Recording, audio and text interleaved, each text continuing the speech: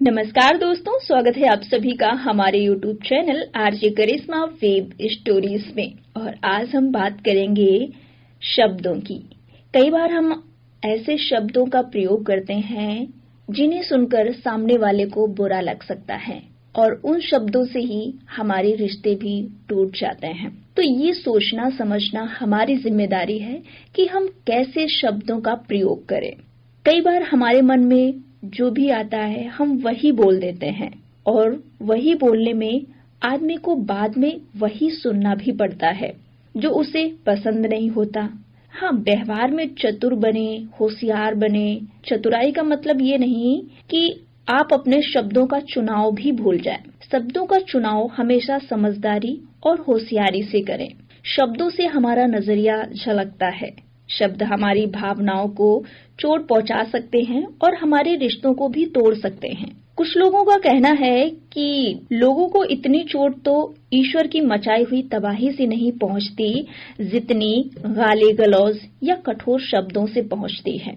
तो समय है किसी से भी बात करें, सोच के बोलें, ना कि बोल के सोचें। समझदारी और बेवकूफी में यही फर्क है और हमारी जो नैतिकता है वो हमें यही सिखाती है कि हमारा व्यवहार कैसा हो। हम अपने आसपास, हम अपने बड़ों से क्या सीख रहे हैं। व्यवहार कुशलता, शिक्षा दोनों ही अलग हैं। शिक्षा को तो हम ग्रहण कर लेते हैं, लेकिन जो हमारी व्यवहार कुशलता है वो हमें हमारे आसपास के वातावरण से ही मिलती है। तो कई बार हम अपने बोलते समय शब्दों का चुनाव जरूर करें। आइए इसी पर हम एक छोटी सी कहानी भी सुनाते हैं कि एक किसान ने अपने पड़ोसी की निंदा की, उसको बहुत ही अपशब्द बोले और शायद जितना नहीं बोलना था उससे ज्यादा उस किसान ने अपने पड़ोसी को सुनाया।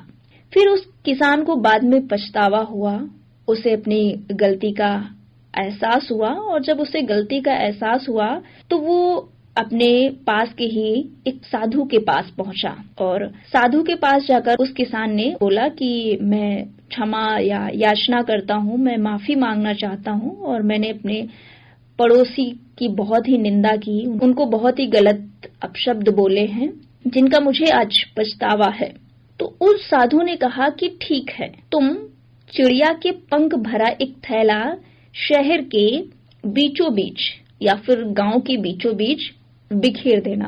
किसान ने वही किया, शहर गया और उसने एक थैला पंख खरीद के लाया और उसने शहर के बीचों बीच बिखेर दिया और वो फिर से साधु के पास पहुंचा। साधु ने कहा, आओ आओ, तुम आ गए, जैसा मैंने बोला था वैसा किया। किसान ने कहा, हाँ बिल्कुल वैसा ही करके आया। फिर साधु ने कहा कि ठीक है, अब तुम्हें वो सारे पंख भर के उस थैले में लेकर आने हैं। किसान वहां से चला गया और पंख समेटने की कोशिश करने लगा। बहुत कोशिशों के बाद भी वो पंख नहीं समेट पाया क्योंकि पंख हवा में इधर उधर सब उड़ गए थे और वो खाली थैला लेकर साधु के पास लौटा। तो साधु ने कहा कि यही बात हमारे जीवन पर भी लागू होती है। तुमने बातों से आसानी से कह दिया कि मैं क्षमा मांगना चाहता हूँ या फिर मैंने गलती की है। जो तुमने शब्द बोले, मुझे लगता है कि वो शब्द हम वापस नहीं ले सकते। इसीलिए शब्दों के चुनाव में ज्यादा सावधानी बरतने की जरूरत है। इसीलिए कहावत भी कही गई है कि बंदूक से निकली हुई गोली कभी वापस नहीं आती।